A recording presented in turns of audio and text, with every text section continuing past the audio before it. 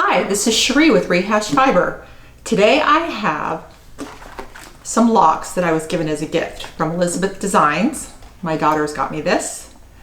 They are longwood short bat locks. I did not know what to do with them for the longest time.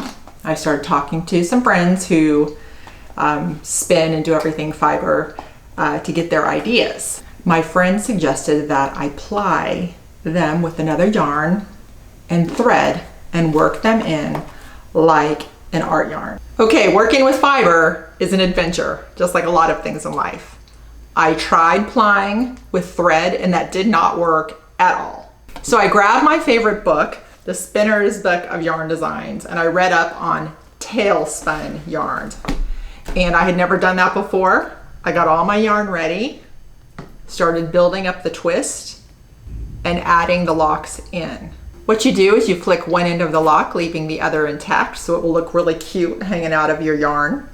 And then you build up the twist and you add the fluffy part in and it will just grab it right up when you let it loose. So I'm going to show you how that works over the e-spinner here.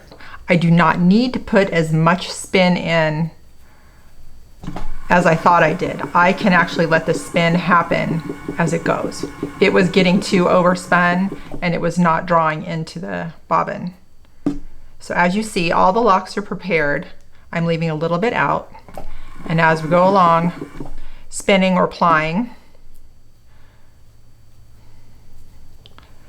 we're adding it in there, letting the spin take it and wrap around the core there, leaving the cute little curly ends out.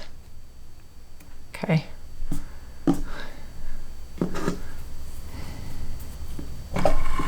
It's actually very fun. And I've been hanging on to this yarn for 6 months, not knowing what to do with it. So it feels so good to have something to do with it. And as I'm working with it now, I can already see what I'm going to do with it. Next, I'm going to weave it into a project.